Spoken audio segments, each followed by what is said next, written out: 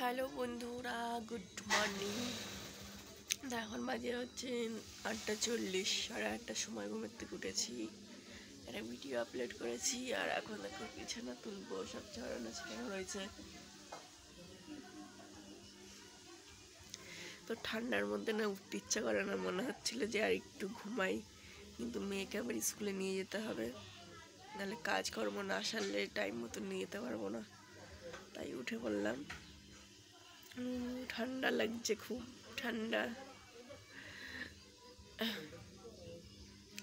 তো বিছানাটা গোছাবো, মেয়েকে ব্রাশ করাবো, বাসন মাজতে যাবো, তারপরে মেয়েকে স্নান করাবো।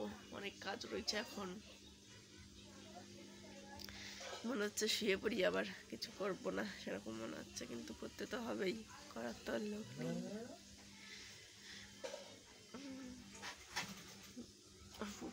ঠান্ডা ঠান্ডা।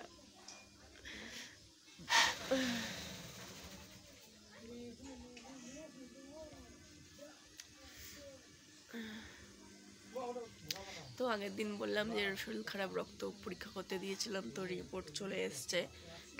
আমার থাইরয়েড ছিল, থাইরয়েড হাই হয়ে গেছে 8.99। তো ডাক্তার দেখাতে যেতে হবে, ওষুধও শেষ হয়ে গেছে থাইরয়েডের। তো আজকে বৃহস্পতিবার, শনিবারে যাব, শনিবার মেয়ের স্কুল ছুটি, তো শনিবারে যাব সাগর ডাক্তার দেখাতে। তো চলো যাই, কাজকর্ম সেরে নিই, তারপর তোমাদের সঙ্গে আবার পরে কথা হবে। টাটা।